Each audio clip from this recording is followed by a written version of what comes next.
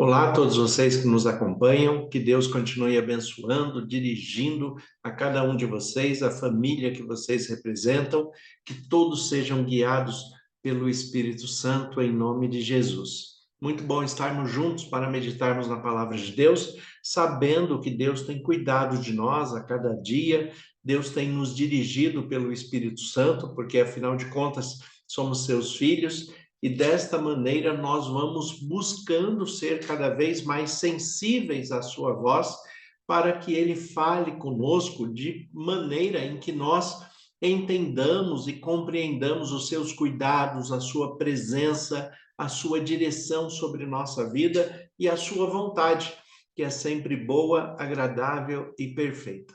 Então, a todos vocês, que Deus continue abençoando, fortalecendo e dirigindo a cada dia segundo os seus propósitos, porque nós sabemos que Deus quer sempre o melhor para todos nós.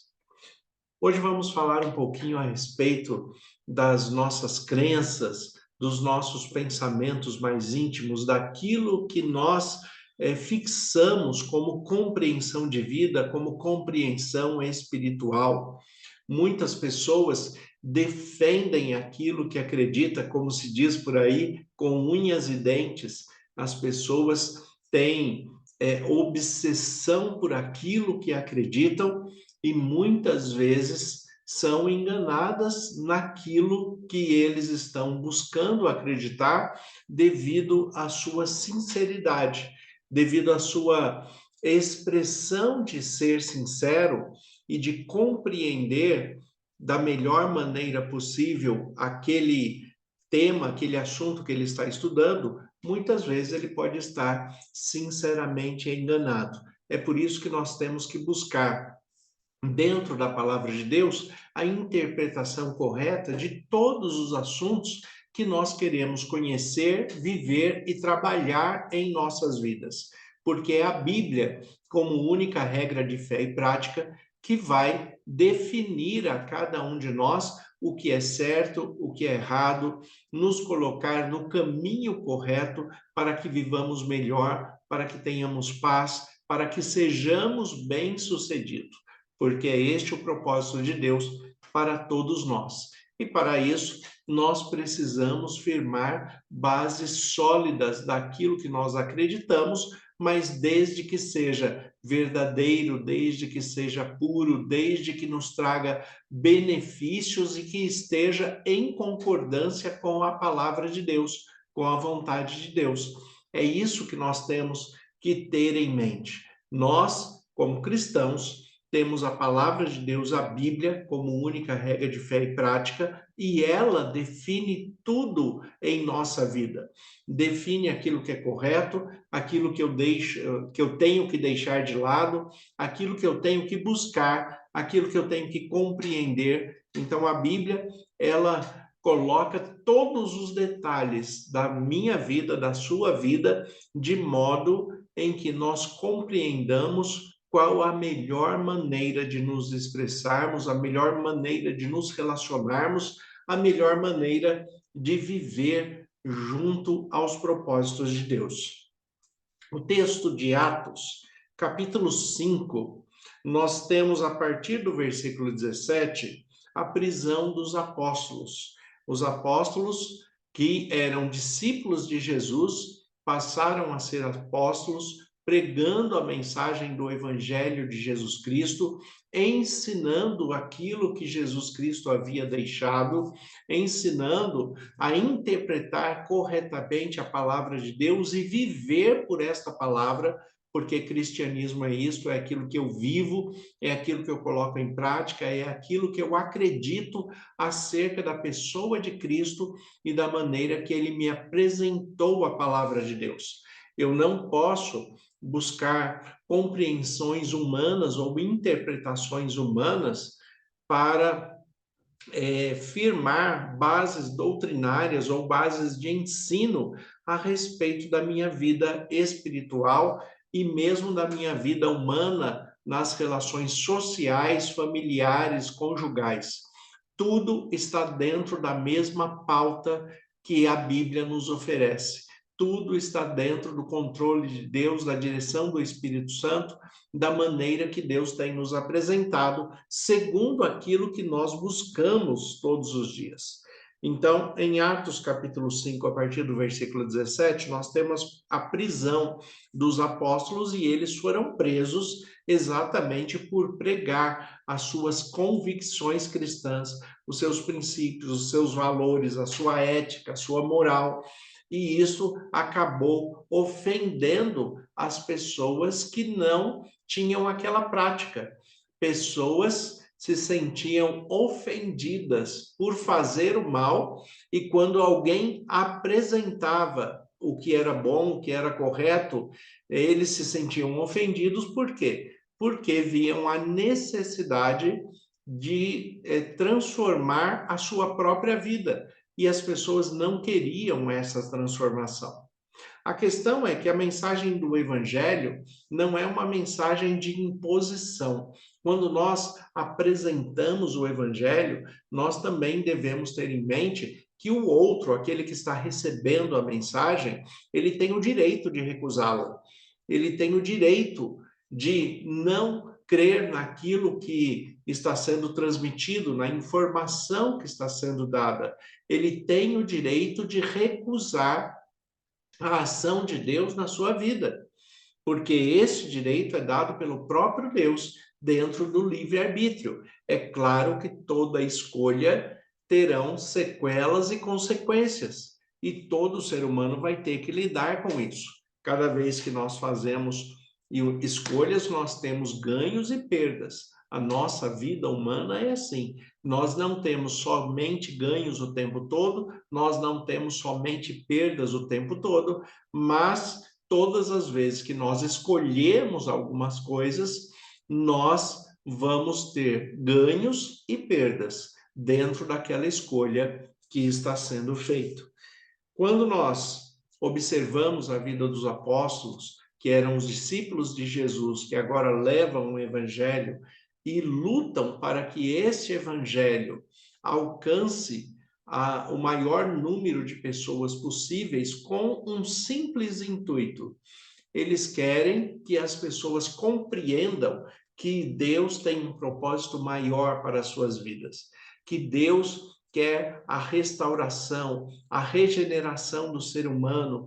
Deus quer que os conflitos acabem. Deus quer que a felicidade chegue à sua mente, ao seu coração, e é por isso que a mensagem do Evangelho é pregada. Então, aqui os discípulos são presos por causa da mensagem do Evangelho.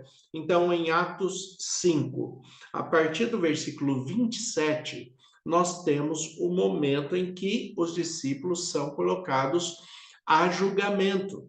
Então, Atos 5, de 27 em diante, o texto diz assim: trouxeram-nos, apresentando-os ao sinédrio, e o sumo sacerdote interrogou-os, dizendo: expressamente vos ordenamos que não ensinasseis nesse nome. Contudo, encheste Jerusalém com a vossa doutrina e quereis lançar sobre nós o sangue deste homem. Então, Pedro e os demais apóstolos afirmaram: antes importa obedecer a Deus do que aos homens. O Deus de nossos pais ressuscitou a Jesus, a quem vós matastes, pendurando num madeiro. Deus, porém, com a sua destra o exaltou a príncipe e salvador, a fim de conceder a Israel arrependimento e a remissão dos pecados. Ora, nós somos testemunhas destes fatos, e bem assim o Espírito Santo, que Deus outorgou aos que lhe obedecem. Observem a maneira que Pedro se posiciona. Pedro, na sua intrepidez, na sua maneira de ser, Pedro não consegue se conter, ele não fica muito calado, e muitas vezes nós precisamos de pessoas assim, pessoas que falem, pessoas que se posicionam, pessoas que confirmam a sua decisão, independente das consequências que virão, porque ele tem certeza que ele está correto, ele está falando a verdade, ele está falando o que é certo. Então, o versículo 27 coloca: trouxeram-nos apresentando-os ao sinédrio, ou seja, levaram eles ao lugar de julgamento, levaram ao júri. Se fosse hoje, traduzindo para o nosso tempo, eles foram levados ao fórum para o julgamento. E o sumo sacerdote interrogou, dizendo: expressamente vos ordenamos que não ensinasseis nesse nome. Contudo, encheste Jerusalém de vossa doutrina e quereis lançar sobre nós o sangue deste homem. O que eles estão falando aqui? Eles estão falando que eles proibiram que os apóstolos pregassem em nome de Jesus. Mas os discípulos que se tornaram apóstolos não deram ouvido para isso. E continuaram pregando, e continuaram falando. E é isso que nós devemos fazer como cristãos, independente do que as pessoas querem rejeitar a respeito da Bíblia, a respeito da palavra de Deus. E nós continuamos com as nossas convicções, com os nossos princípios, com os nossos valores que vêm da Bíblia, que vêm do reino de Deus, porque nós temos absoluta convicção de que esses princípios e valores estão corretos. Como, por exemplo, nós sabemos que a sexualidade desregrada não é boa para nenhum ser humano e não é aprovada por Deus em todas as suas esferas. Aquilo que sai do relacionamento conjugal durante o matrimônio entre homem e mulher, né, que é o fixado por Deus, aceito por Deus, estabelecido pelo próprio Deus como união conjugal, como constituição familiar. Então, o que passa disso, o que vai além disso, não é aceito pelo cristianismo, não pode ser aceito pelo cristão. Não quer dizer que uma pessoa que escolheu um outro modelo de casamento, um outro modelo de estrutura familiar, um outro modelo de expressão de sexualidade, não quer dizer que essa pessoa não será respeitada. É claro que ela será respeitada, é claro que ela sempre será acolhida no meio cristão, mas ela, se ela quiser fazer parte efetiva do meio cristão, ela tem que adotar os seus princípios e valores também. Então, a questão é respeito, né, e concessão, necessariamente não está se falando de concordância. Aquele que consente em conviver com o outro não quer dizer que ele concorda com o outro, quer dizer que ele respeita o outro, que o outro tem o direito de pensar diferente, de agir diferente, de falar diferente, de praticar diferente. Mas não quer dizer que eu concorde com ele. Quer dizer apenas que eu tenho que respeitá-lo como uma pessoa que recebeu o livre-arbítrio de Deus e, pelo livre-arbítrio, ele pode escolher o que acreditar. Aqui, quando os membros do Sinédrio, né, os membros do júri, quando eles dão uma ordem expressa para os discípulos que se tornaram apóstolos, quando eles dão uma ordem expressa, vocês não vão pregar sobre Jesus aqui, o que eles estão fazendo, na verdade, é o que acontece hoje. Hoje, em muitas situações, tem assuntos que as pessoas têm até receio de se posicionarem. Por quê? Porque vão gerar discussões, vão gerar até processos judiciais, né? Porque pode ser mal interpretado. Não é aquilo que a pessoa está dizendo, mas o outro, né, que não quer nem que se toque naquele assunto, ele está tirando o direito de quem quer ouvir. Ele está tirando o direito de quem aceita e concorda com este novo ensino, com essa nova instrução. Então, do mesmo jeito que ele tem o direito de rejeitar, ele também tem o direito de aceitar. O que não se pode é proibir a voz, é proibir a fala, impedir que o Evangelho de Jesus Cristo, que a palavra de Deus, seja pregada na sua integridade, na sua fidelidade, da maneira que Deus apresenta. Agora, viver debaixo dessa autoridade bíblica, viver na direção do Espírito Santo, compreendendo aquilo que Deus aprova e aquilo que Deus reprova, isto é opção de cada um. Nós não vamos obrigar ninguém a viver desta forma. Nós só apresentamos aquilo que a Bíblia coloca que é melhor para o ser humano viver, porque assim ele terá mais paz, mais alegria, terá uma família bem constituída, terá felicidade, terá harmonia e poderá viver o melhor que ele pode dentro do seu período de existência neste mundo. É isto que Deus quer que nós façamos. Então, quando nós vemos aqui Atos 5:27, eles levaram, né, os apóstolos diante do júri, diante do sinédrio, para serem interrogados, né, e falaram: oh, nós proibimos vocês que falassem da doutrina de Cristo e que falassem em nome de Jesus. E vocês continuaram falando. Continuaram falando por quê? Porque a constituição maior de todo cristão é a Bíblia, a Constituição é Deus. É por isso que a resposta de Pedro importa, né, no versículo 29, importa obedecer a Deus e não aos homens. Então a questão é, nós que seguimos o cristianismo, nós que nos pautamos pela Bíblia, o que importa para nós é obedecer a Deus e não aos homens.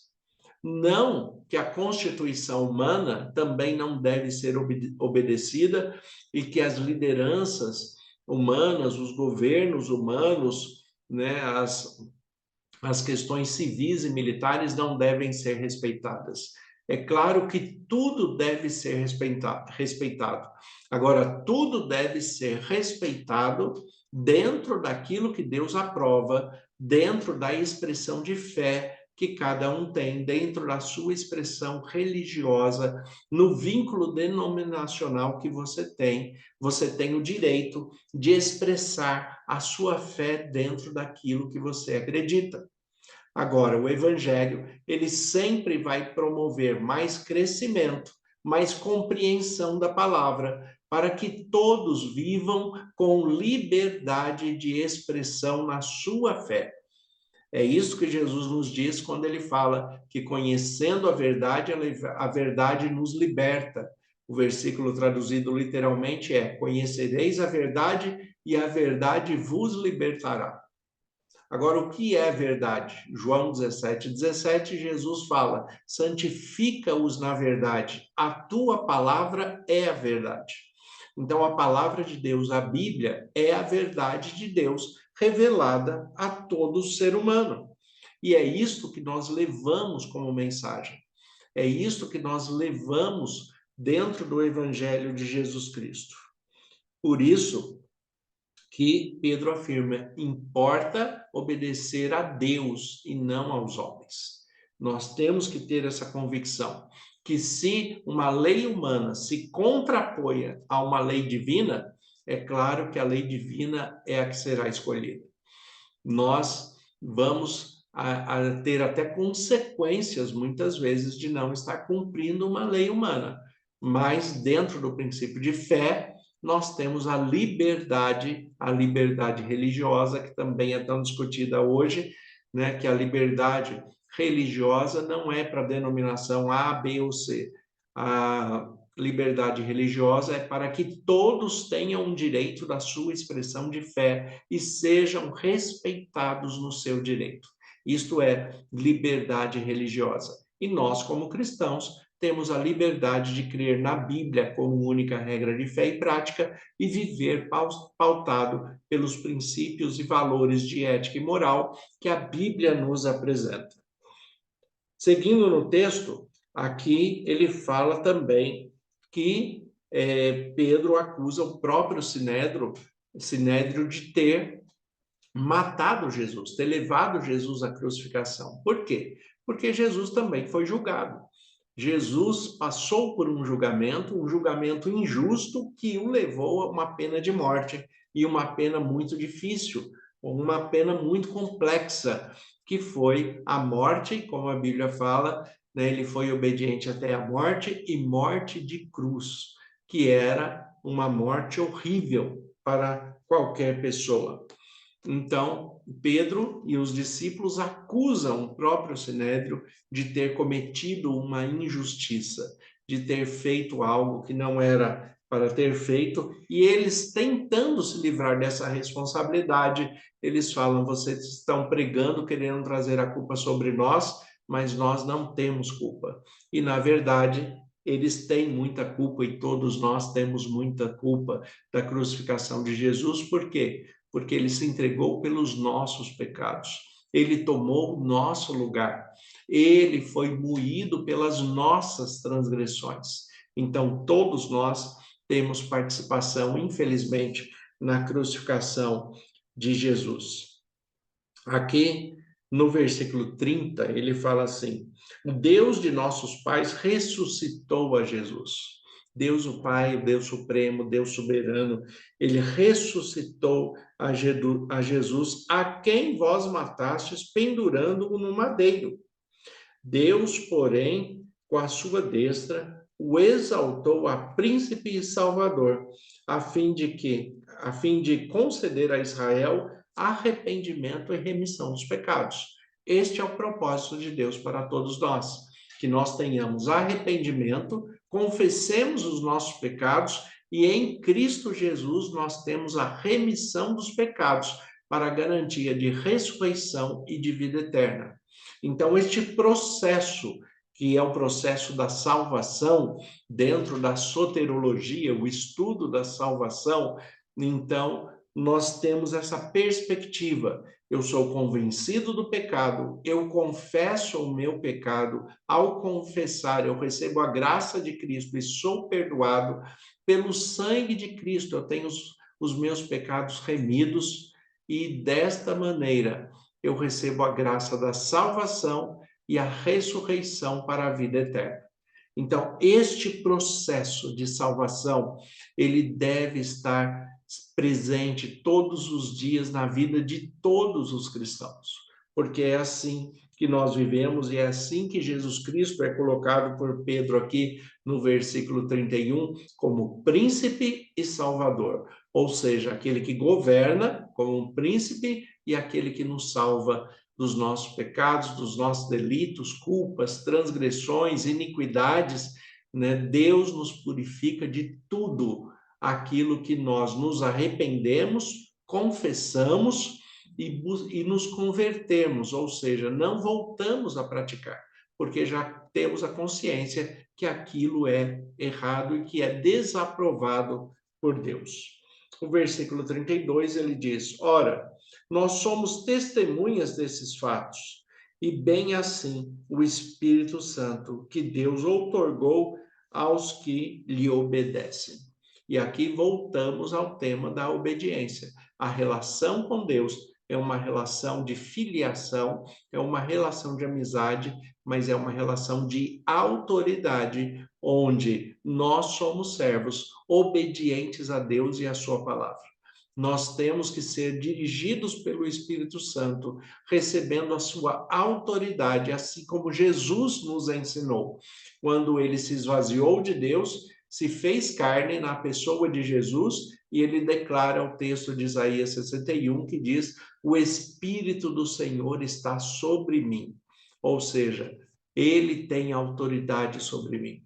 Nós também temos que ter essa percepção de que o Espírito do Senhor é autoridade em nossas vidas. E desta maneira, nós vamos vencendo o mundo, vencendo os nossos pecados, as nossas iniquidades, as nossas transgressões. Nós vamos vencendo pela fé, pela palavra de Deus, com foco em Jesus Cristo e guiados pelo Espírito Santo.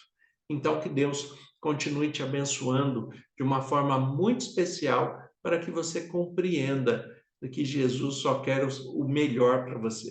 Ele quer o teu bem, o seu bem, o bem do seu cônjuge, da sua família, dos seus filhos, dos seus familiares e todas aquelas pessoas que você ama e tem colocado diante dele em oração. Senhor nosso Deus e Pai, nós te agradecemos pela tua palavra que é viva e eficaz. Em nome de Jesus, eu peço as tuas bênçãos sobre cada irmão e irmã. Peço que o Senhor nos dirija segundo a sua vontade e que estejamos sempre sensíveis à tua voz. Como ministro do Evangelho, em nome de Jesus, eu peço as tuas bênçãos sobre todos aqueles que nos acompanham e que nós permaneçamos ligados a ti por teu Filho Jesus. Amém. Que Deus abençoe a todos. Tenha um excelente dia em nome de Jesus.